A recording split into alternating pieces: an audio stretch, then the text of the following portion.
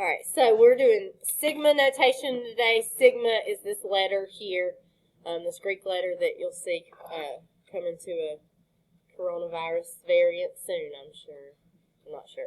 Actually, I don't know if we've gotten past that one yet or not. I think, you know what letter is after Omicron? I think it's pi. Wonder if they'll have a pi variant. Wonder if they'll come out with it on Pi Day. Please no. No more, please.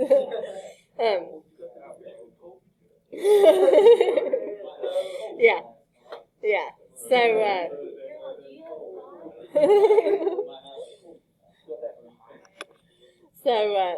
anyway, sigma is this letter here, and it is used for summation notation in math. So I don't think you guys have done anything with summation before, unless maybe some of you have had weird NCCSM classes where you use them. Daniel, you've done it. Some of you have. So summation is pretty cool, kind of. I will warn you, like for the next couple days, we're going to be using some sigma notation. I am going to let you use a note card. Yeah, they use Greek letters for frat, so sigma's one you see a lot. Yeah, so yeah, so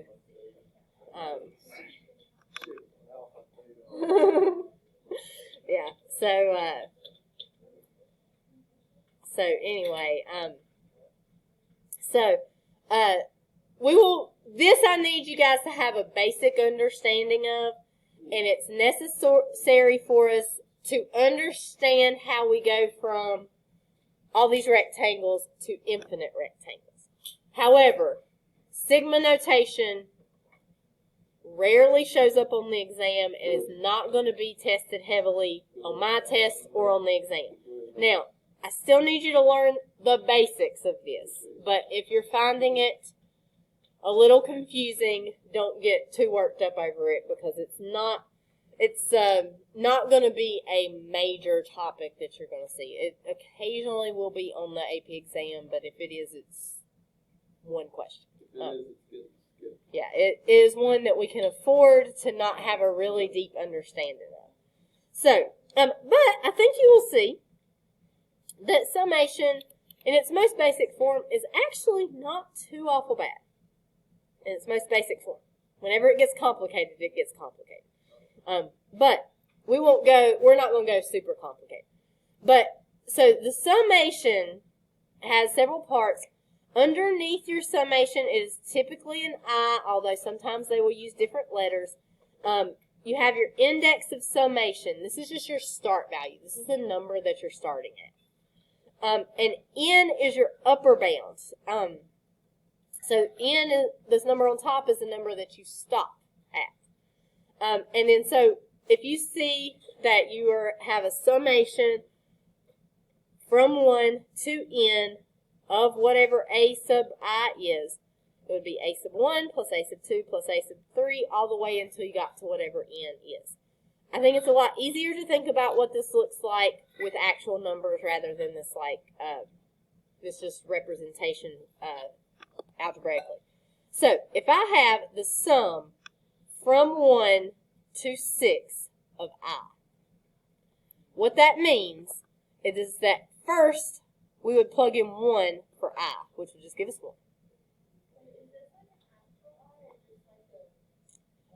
1. I understand what you mean there.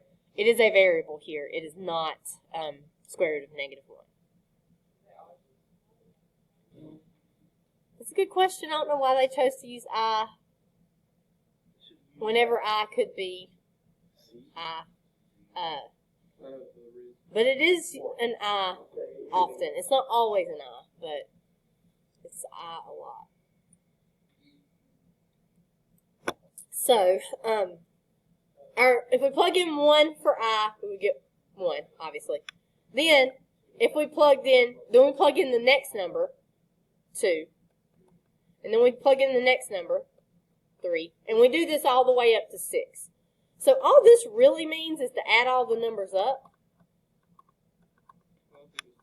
from 1 to 6. So if we add all the numbers up from 1 to 6 there, we're going to get 21. Right, easy enough. Okay, let's try the next one here. So the next one, it's a different formula. We're starting at 0 and we're going to 5. Okay, so we would plug in 0, so we'd have 0 plus 1. Then we'd add the next one, we'd plug in 1. 1 plus 1. And then 2 plus 1. And 3 plus 1. And 4 plus 1. And our last one, 5 plus 1.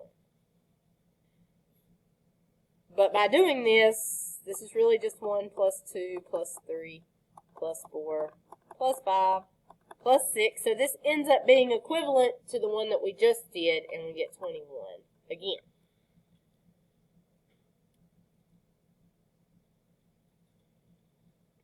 So summations can be written in different ways, yet still mean the same thing,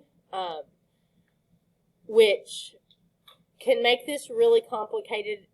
When I first started teaching calculus and thought that this needed to be covered a little more in depth, we went further than we probably needed to, and it can get really complicated with trying to write these in different ways. But if we just stick with basics, which we're going to try to do, it's not too off the bat. So, let's evaluate this next one. Okay, so this time it's a J instead of an I, but it's fine. We'll just see J here, so we start, our J is going to go from 3 to 7.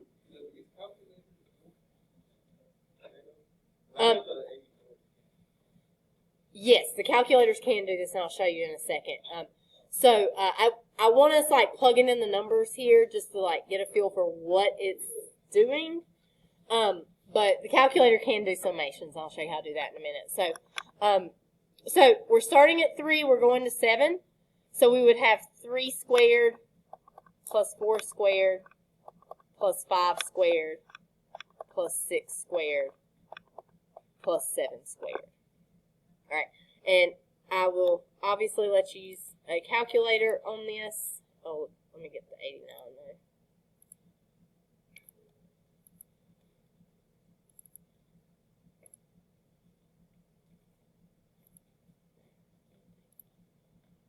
There we go.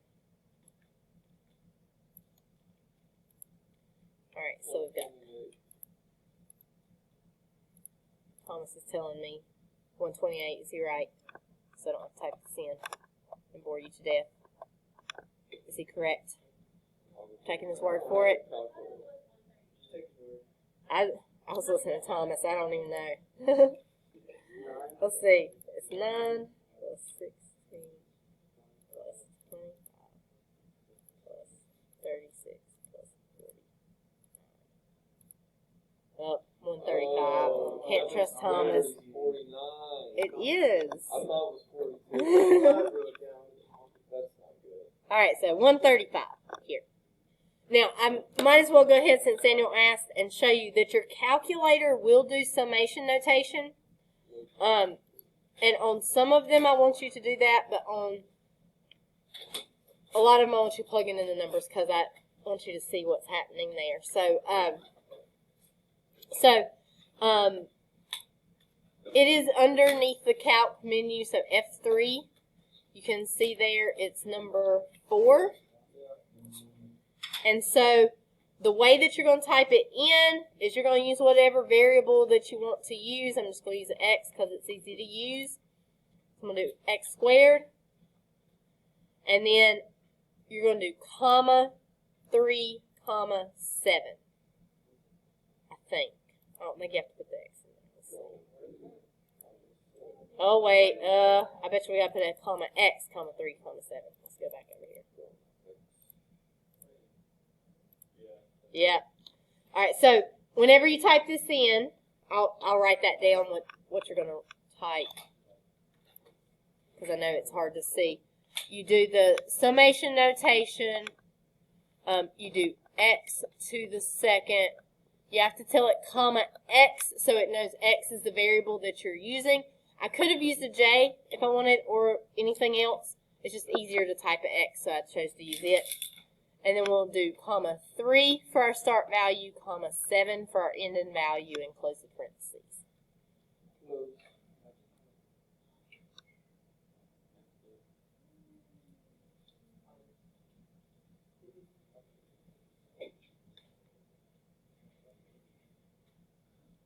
Okay?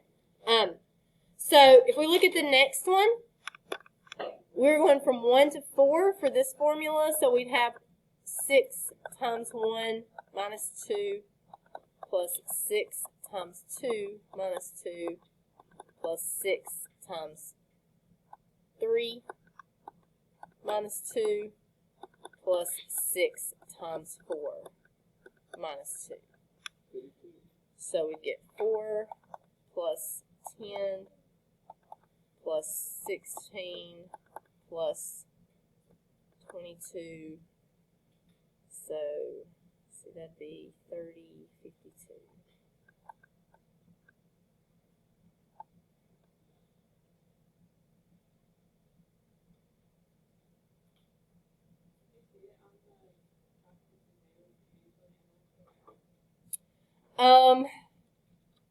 I would have to go back and look. I think it's usually not going to ask you to do this right here. It's going to ask you to set something up. And I really have not seen. I've paid so little attention to this that I can't tell you exactly where, what it usually looks like. It's not usually on there. But I will go back. I need to go back and look and see if there have been some release ones that have these on there. But I think it would usually be like a setup problem, not a problem where you you're just evaluating here. And I know I've seen one before, but I've not put a lot of emphasis on it because I've decided to cut my losses on this here and spend more time on some other stuff. But I don't think we'll see it much on the exam. Alright, so, and since it's just a setup, like setup problems, they'll put those on calculator active or inactive section a lot of times because it really doesn't matter if you have your calculator. For the multiple choice, there's 15 questions on the calculator active, but of the 15, it's usually only 8 or 9 that actually require you to use the calculator. So you're going to have 8 or 9 questions where you've got to know how to use the calculator on multiple choice, and then you'll have 2 free response that are calculator active, but usually it's not every part of that you have to have the calculator for. So I think the exam is designed so that if you forget your calculator and do not have it at all, that you can still pass the exam even though you don't have the calculator. Now, you'd have to do really, really, really well on the calculator inactive section. So I would not suggest doing this. In fact, I usually send a few extra calculators whenever you guys go take your exam. But one year, I think it was when I was out on maternity leave with Henry, they called me frantically asking where calculators were, and I said, "What do you mean?" Because I had sent a few with them. I was like, "I gave you extra." They said, "I know, we're out." I was like, "The children all have calculators that they were supposed to bring." But so many kids had shown up without their calculator that they had to go back to school and get more calculators.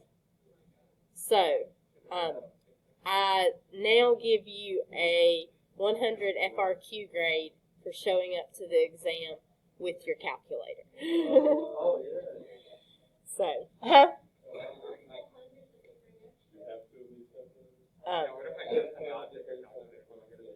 yes, you get a 0 if you show up without that calculator. Because,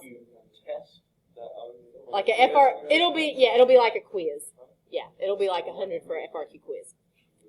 Yeah. Sure. Yeah. Tom's been pretty good on last ones. We still like 20 so far? No double zeros yet. There's been some close calls. Yes. There's been some ones. Yeah. I really wanted to get technical ever since 2 was pretty close because I think I gave some points on that one. No double zeros yet. Alright, so let's look at this one here because this one is not a calculator. Actually, it probably would do it on the calculator. We'll try it here in a second. We're doing the sum from 1 to n of 1 over n times k squared plus 1. So our expression here is going to still have to have an n with it. But we're going from 1 to n. Here, we're only replacing the k. N is a variable. So we would have 1 over n times 1 squared plus 1 plus 1 over n times 2 squared plus 1 plus 1 over n times 3 squared plus 1. Now, I could keep going on this forever because I don't know what n is, right? So, I would have at the end, I'd put plus dot, dot, dot, and then plus at the end, I would have 1 over n times n squared plus 1. Because the k is squared. Yeah. So, if we look at what's happening here, what do you guys notice shows up in every single expression? 1 over n. So, would it be okay to factor it out? Yes. That means up here, it is also okay to factor out the 1 over n before you even start doing the summation. So, you could write this as 1 over n, sigma k equals 1 to n of k squared plus 1. So, you could write it this way also. You also factor out the plus 1 cannot factor out the same because it is added here, not multiplied by that. So when we factor something out, it's got to be something that was multiplied by each term, because when we distribute it back, we'll be multiplying. So we would be looking at 1 squared plus 1, which would give us 2, and 2 squared plus 1, which would be 5, and 3 squared plus 1, which would be 10, plus dot, dot, dot, and then we'd have n squared plus 1. And so this is as far as you'd be able to go without knowing what that n would be here. The main reason I gave this to you is because I wanted you to see that this right here could be factored out of that, so you can pull that out. Now, you can only do that if the expression involves a variable that is not your index variable. So, like k is your index variable here. So, if that was 1 over k, I could not pull it out front because it would be changing. It'd be 1 over 1 and 1 over 2 and 1 over 3. But because it is a fixed number, I can pull this out. It's true if it's an n. It's also true if it's just a number, like if it was 1/2 or 1/7 or something like that, we could factor it out. Yes? What if your n was 2, then would your equation still work? Yes and no. If my n was 2, then it would only include these first 2 right here. So this would be like an overstatement for this because you would really only have 1 over n times 2 plus 5. So then do we just write 3 numbers? Like, is that just... It's pretty standard to use a few, like 2 or 3 numbers there. Alright, so let's talk about a shortcut for this, so I really do not like these types of summations because I think they're confusing. So a sum from 1 to 3 of 5. K equals 1. Do you have a K over here?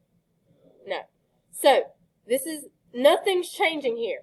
It is 5 plus 5 plus 5. Right? So like right here, K equals 1, but you can't tell it because there is no K. Right here, K equals 2, but you can't tell it because there's no K in the formula, right?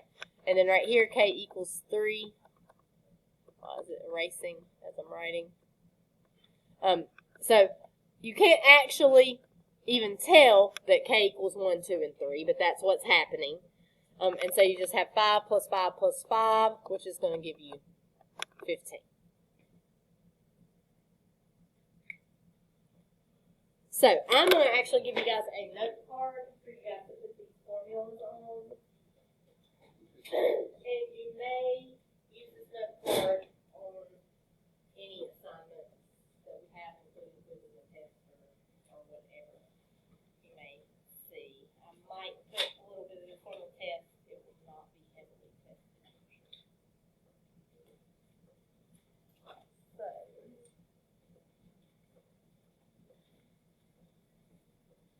now on the exam, you will not get to use the note card at all. But again, I find this to not be significant enough to make you guys know. Alright, so the formula here is just telling us that if we have the sum of a constant, so that constant can be just a number like we just did one that was 5, but it could be 7, or it could be 15, or it could be 28. If it goes from 1 to n, it's just going to be that constant times whatever your n value is. So in this case, it was just 5 times 3, which is 15. For you to use this, I must equal 1. Your index must equal 1 right here, and C has to be some sort of constant. Are we going to have to write multiple things on this? Yes. There's going to be 4 that we're going to write down.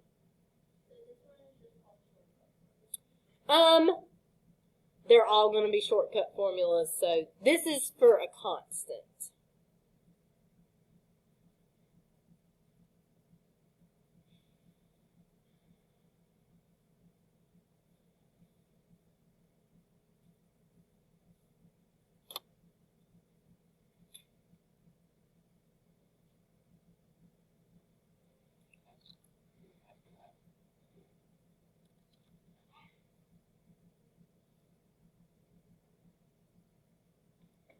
And you'll see in a moment where we're going with this.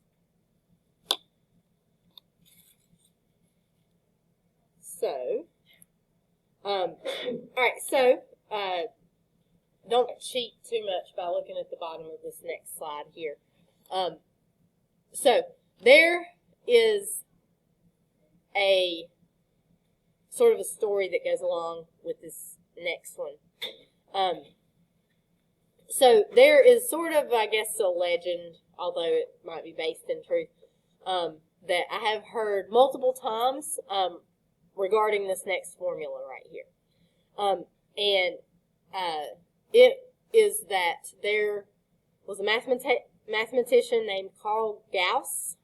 I honestly don't know what he did. It was like 1790s was sort of the time period we're talking about. Yeah, Gauss. The video I watched called him Gauss, but I feel like it could be. One of those that could be. He might have had a weird hat. I'm not aware of his hat wearing, but I should learn more about him because he was an important mathematician. Does he have a weird hat? Let's look at his hat real quick.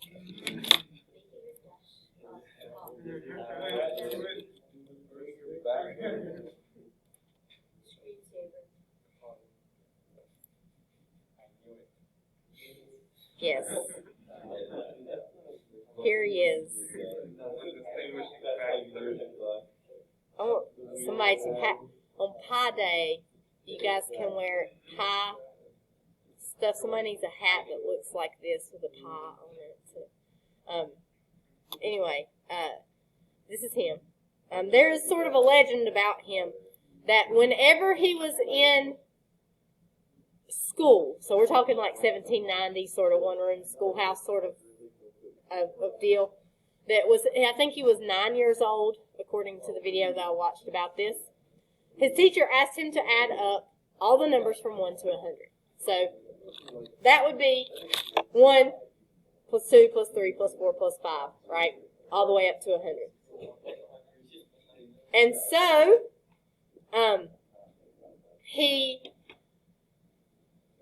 the teacher was just kind of trying to keep the kids busy. All the kids are like adding numbers and adding numbers and adding numbers for like an hour.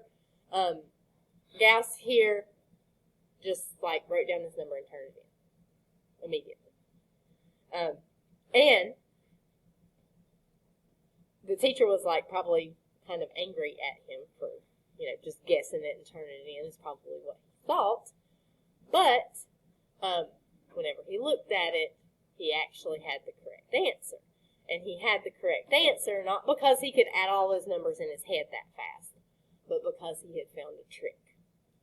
And so his trick, in a very simple terms of his trick, it is this: 1 plus 2 plus 3 plus ... plus, you have like 98, 99, 100, right? So if he started pairing up the numbers, so if you add up 1 and 100, you get 101. If you add up 2 and 99, you get 101. If you add up 3 and 98, 101. How many pairs of numbers would you have? You're going to have 50. So 101 times 50 is just going to give you 50. Right? And so that's what he did so that he got the answer immediately and was correct. So what I want to think about is similar to this, but I want it more general. So that is for 1 to 100. But I want this more, oh gosh, I hope I can remember how to do this. Because I just realized Miss Hendrick brought me my notebooks and they're sitting in my bedroom at home. So I can't refer back. Actually, I can open up last year's notes if I get desperate. I think I can do it.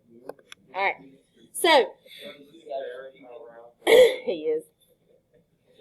I like this picture. I like the way that it's done. Let's put a calculator up there so he won't be creeping you out if he isn't. He is still there. Yeah. I need a picture of him on the wall.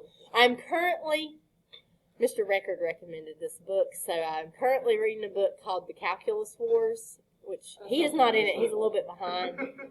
But it is pretty fascinating because I do not know a lot of like math history, but I've been reading a lot about it in this book, and it's kind of crazy if you had lived from like 1666, which is sort of when work on calculus became like really started ramping up. If you lived in that time period to like 1710, like you would have, if you were in the right scene, you would have been around all the mathematicians that different formulas and principles and theorems are named for. There would be, you might be friends with Bernoulli, or you might. When I was born in 2004. Yeah. So it's like it's kind of interesting. But yes,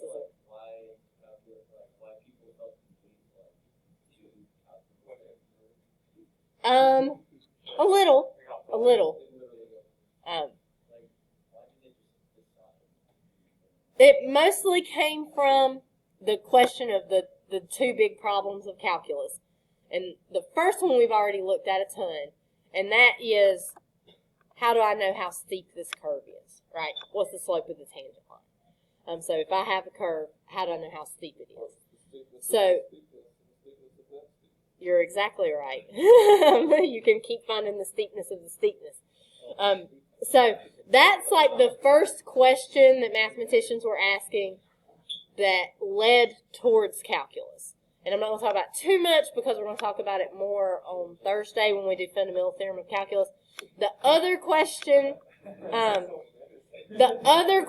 that they were really asking was, what's the area under a curve? Right? And so those were the two big questions that got people starting to work on calculus. And there could be various reasons why they would want to know this stuff.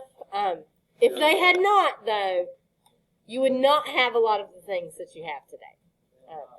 Because advanced math is behind so many technological advancements that it makes a big difference. So, also, did you guys know this? Isaac Newton, I think I may have already told you this. He developed calculus whenever he was on a break from college because they had suspended classes. They basically were on lockdown because of the bubonic plague. Yeah. Yeah.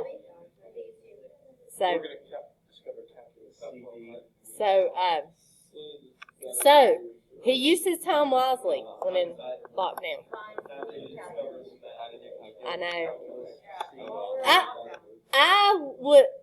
I feel like I missed an opportunity. Now I don't know that like calculus I could have came up with, but I'll tell you later. Like calculus was inevitable. If Newton and Leibniz had not came up with it, somebody would have.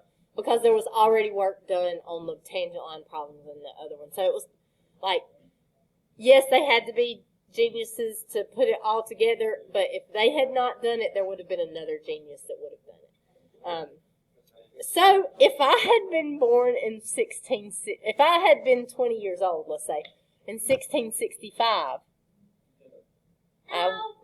there's a pretty good chance I wouldn't be allowed to go to school. So there's probably a pretty good chance. But if I had been born then, maybe. And I'm not really a mathematical genius, so probably not.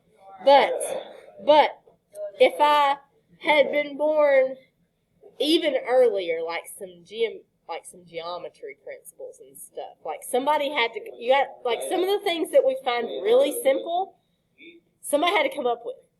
Like Pythagorean Theorem. Yeah. Like at some point somebody had to decide that, hey, I'm tired of writing 2 times 2 times 2 times 2. Why can't we just call that 2 to the 4th? Like, I feel like it's something they could have came up with. Maybe. Yeah.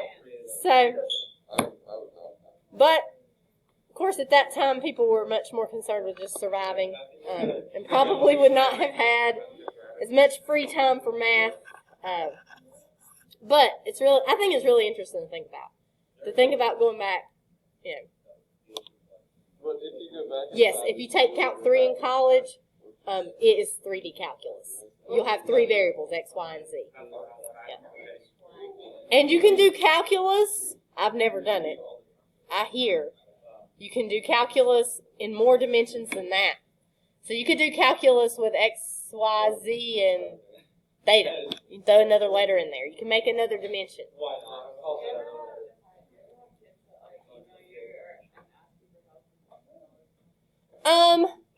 Not usually. But if you ever want to, please do. I may or may not be any help because my knowledge of things past Calc 1 is iffy, depending on what it is.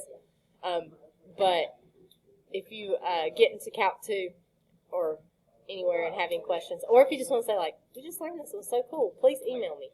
Because I have occasionally had people ask me stuff, but not very often. But if you want to, go ahead. So, all right, so let's think about doing this very generally, not 1 to 100, but 1 to n. whatever it is.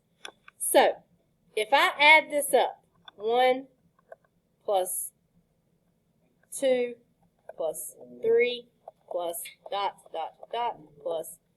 Alright, so here, I'm going to have n minus 2, n minus 1, and n. Let's put some parentheses right there so we have separate terms. Alright, so this equals the sum from 1 to n of I. Right? So,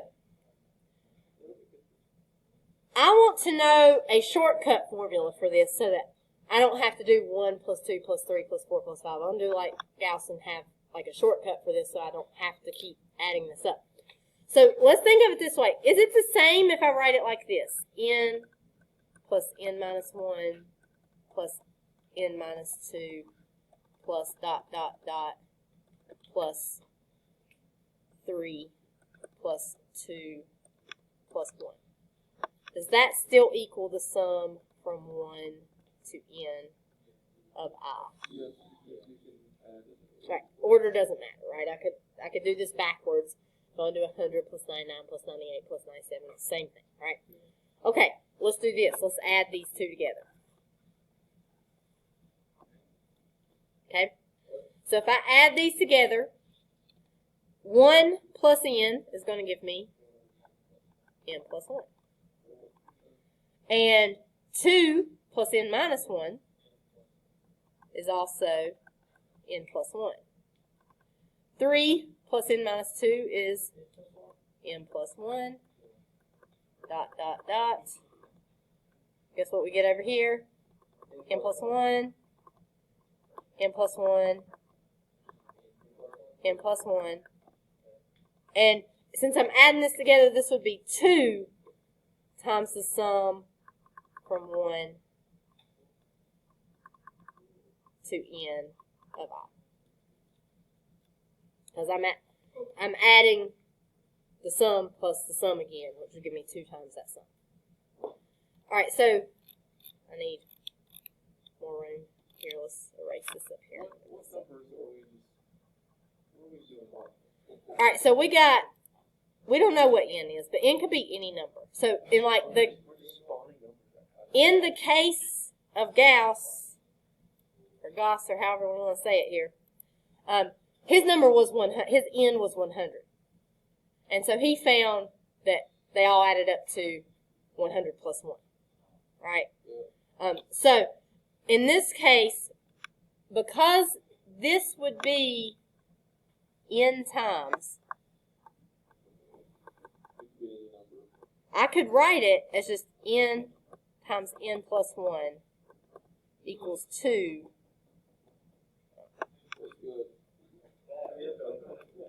Let him in.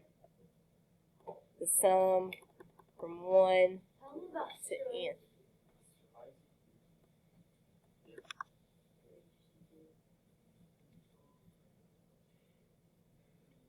All right.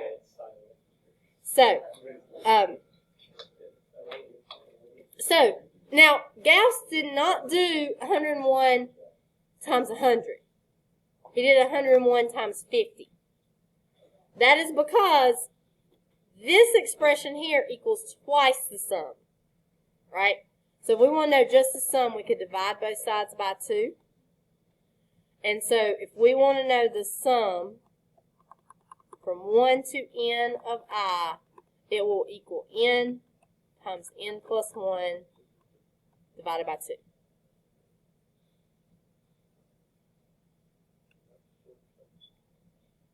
This will work for any number.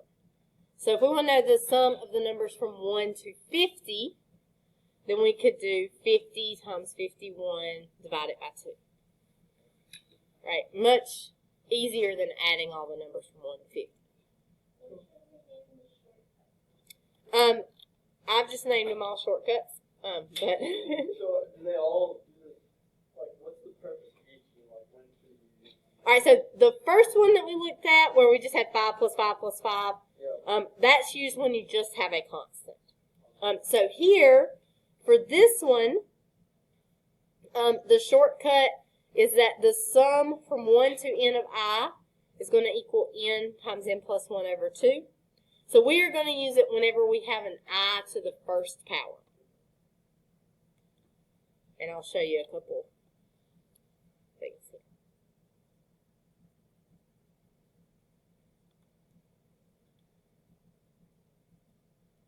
So this means if I ask you, I've written this problem twice because I'm going to do it 2 ways. So this means if I ask you to find the sum from 1 to 9 of I, the first way you could do it is like I was showing you already. 1 plus 2 plus 3 plus 4 plus 5 plus 6 plus 7 plus 8 plus 9. Right? You just add all of those together and get whatever you get there.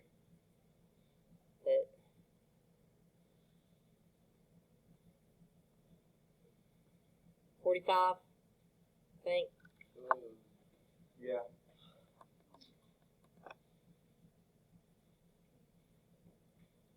All right. So, or you could say that your n is 9. So you could do 9 times 9 plus 1 divided by 2. So that would be 9 times 10 divided by 2, which would be 90, divided by 2, which is 45.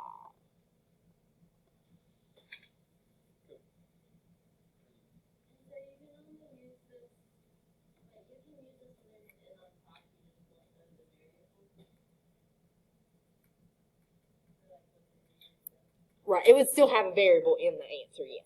Yeah. So, you could do this either way, and on the first problems you're going to have on your homework tonight, I don't care which way you do it. I do want you either to do this or to use the shortcut. I don't want you to do the summation in your calculator. You can use your calculator to add the numbers up, especially if they get larger. So if you want to do 1 plus 2 plus 4 plus 3 plus 4 plus 5, that's fine. And you can check it using summation, but try not to rely on that summation just typing it in from the beginning. So you can use either way here on those first problems that you're going to see. There are 2 more shortcuts, and actually I'm sure there's probably more because there's probably I to the 4th and 5th and 6th if you really get carried away. I could go through and try to show you how you can prove these next 2, but they are much more lengthy than that first proof that we just looked at for just the I, so I'm not going to do that. Just have these written down on your note card. These are your shortcuts for I squared and I to the 3rd.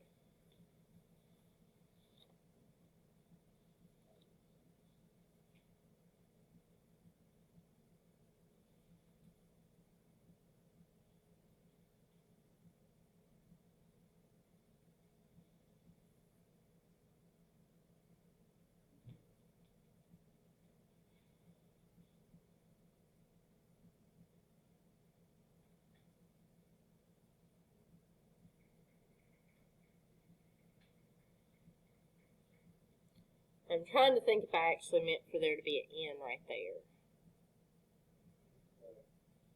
On this next problem. These are correct. These are fine. On this problem here. Let me look at that. There she is.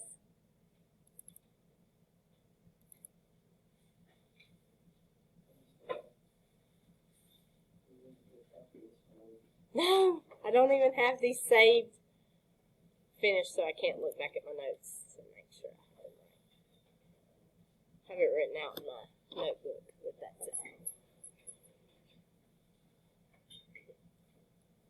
Okay, let's see. Chandler.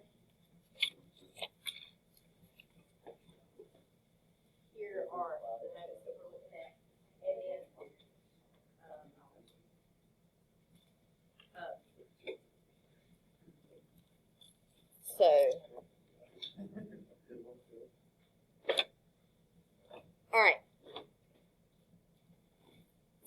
all right, so what we can do for these summation problems, and I want us to actually do this. I know you can't type it into the calculator, but I want us to write this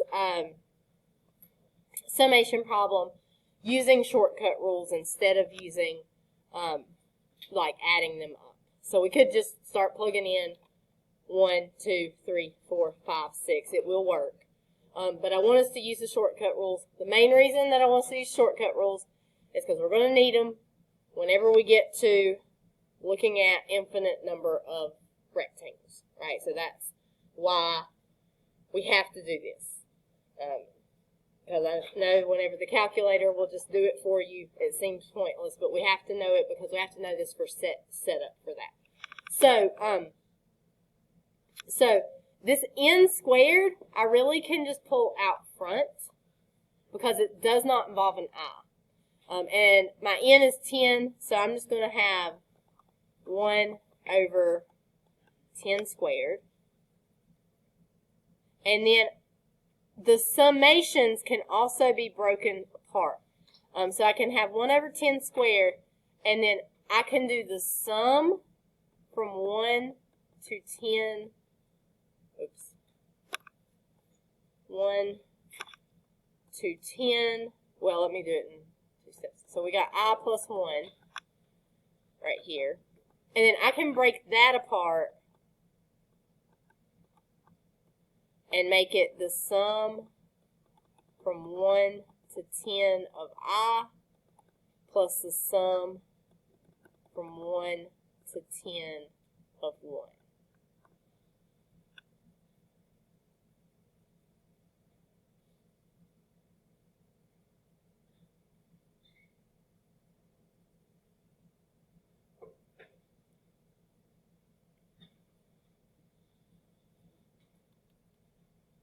So I'm just breaking apart these that are added or subtracted. Just like when we take derivatives, we can take derivatives separately. It's similar property.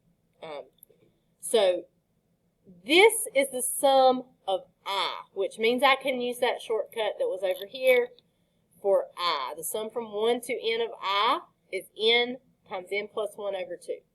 So right here, I'm going to leave my 1 over 100 out front.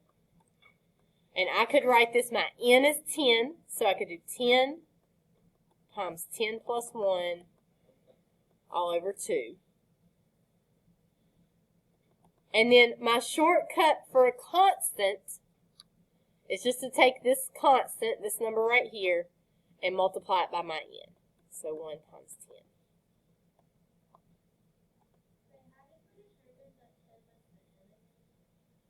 The number on top is going to be your n.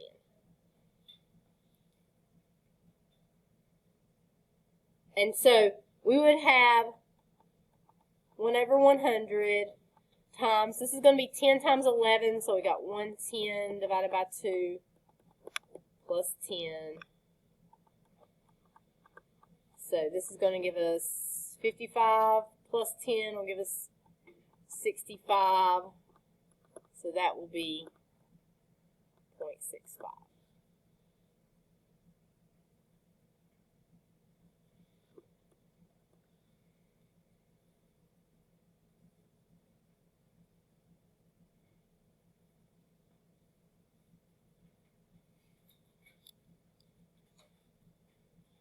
Okay, questions?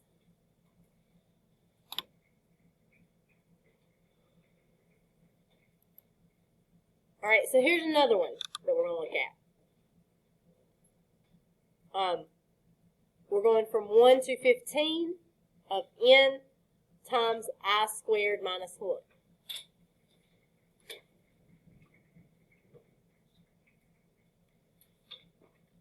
And so if we think of breaking this up, that n, which in this case is 15, could be pulled out front. And then we would have the sum from 1 to 15 of just my I squared minus the sum from 1 to 15 of 1.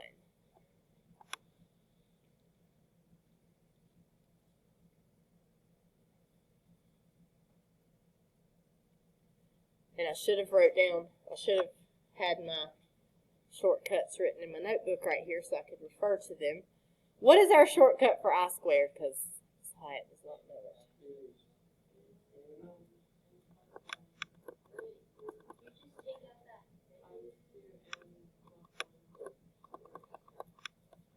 All over 6. Okay. All right, so shortcut for I squared is this one. So the 15 is our n, so it's going to be 15 times 15 plus 1 times 2 times 15 plus 1 all over 6 minus, and then what would our shortcut for 1 to 15 of 1 be? What? Just 15 because it's 1 times 15.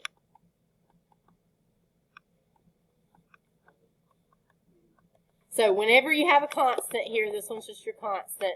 It's just n times whatever that constant is. So 1 times 15 here just gives you 15. And so I do want you writing it out like this, but it is okay with me if you use your calculator past this point. So you got 15 times 16 times 31 divided by 6 minus 15. That's this part right here. So you're doing the sum from 1 to 15 of 1. So for a constant, if it doesn't have a variable at all, which this one does not, you just take whatever that number is and multiply it by your n value there.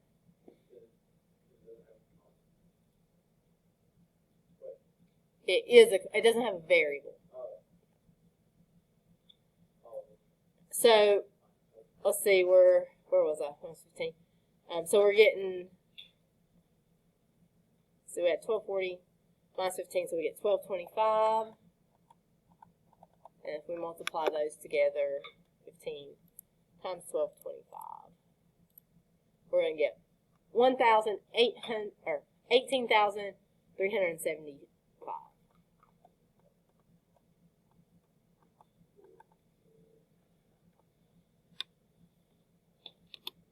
And you can check yourself with the summation notation here.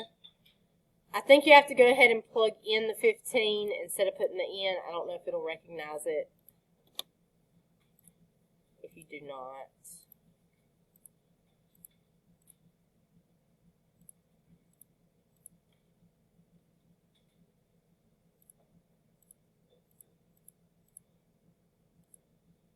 And you can see we get that same number there.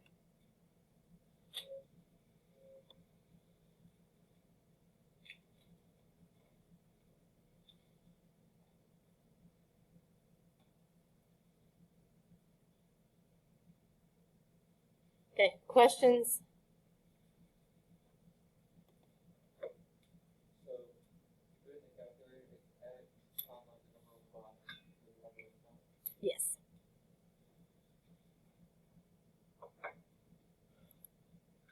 All right. So, one thing that you're going to have to do on your homework also is you're going to have to write expressions with sigma notation. So, if I have 1, 2, 3, ... 6, 7, right? We are adding up. What number do I start at? 1. Where do I go to? 7.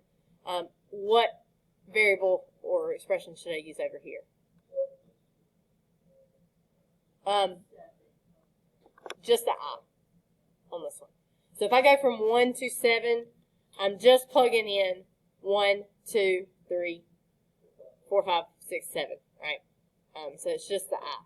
But now, if I look at the next one, I think it's helpful to look at the value that's changing. So, like right here, the numbers were just changing each time, right? Now here, it's only this 4, 5, up to 9 that is changing. So that is your variable that you're going to use. So we would have the sum from 1 up to 9. And then what would our expression be? Very good. I squared plus 1. Oh, I'm sorry. It should not start at 1. That's wrong. Where should it start? It should start at 4. Now, one thing you do need to know is that you cannot use those shortcut formulas unless I equals 1. Okay? So, if you had this problem, if they gave you summation notation like this and it started at 4 and went to 9, you would have to just plug the numbers in based on what we know right now. So you would just have to plug it in those numbers. But if it starts at 1, then you can use the shortcut formulas. All right. What's even changing on this one? They all look pretty much the same. Okay? So what you need to look for on all these is what is changing. So the numerator of that second fraction there, it's changing each time. So you're going from 1 to n. So you're doing the sum from 1 to n of, and basically everything else is going to change except for wherever I've highlighted, or everything's going to stay the same, except for what I've highlighted is where your I goes, because that is the number that's changing each time. So you would have 1 over n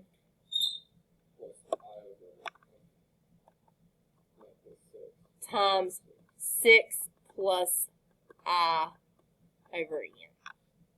Or it would be perfectly okay to write it this way. You could pull that 1 over n out front and do the sum from 1 to n of just the 6 plus I over n.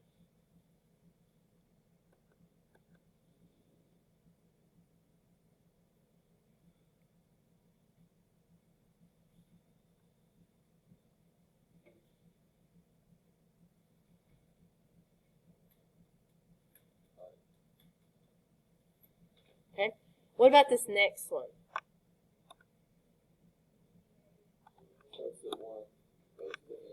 Okay.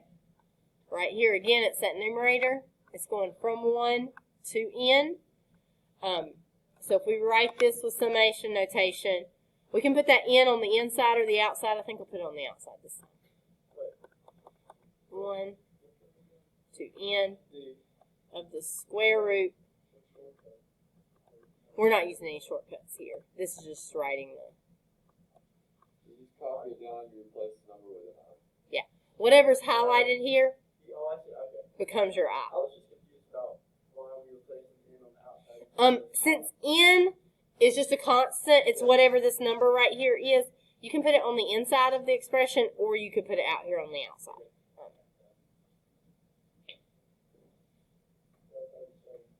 Okay? Is this good here? Questions? Alright, so that's more or less what we're going to look at today. It's going to have some summations you've got to evaluate. It's going to have some expressions that you have to write with sigma notation. You can use the shortcut rules if you want. You cannot use the shortcut rules if you want. It's up to you. Shortcut rules are going to become necessary tomorrow whenever we start looking at infinite rectangles. But today you can kind of get by with or without them. So your assignment, let's see it, put it on canvas. There he is again. Is on page 299. You're going to do 1 through 23 odd.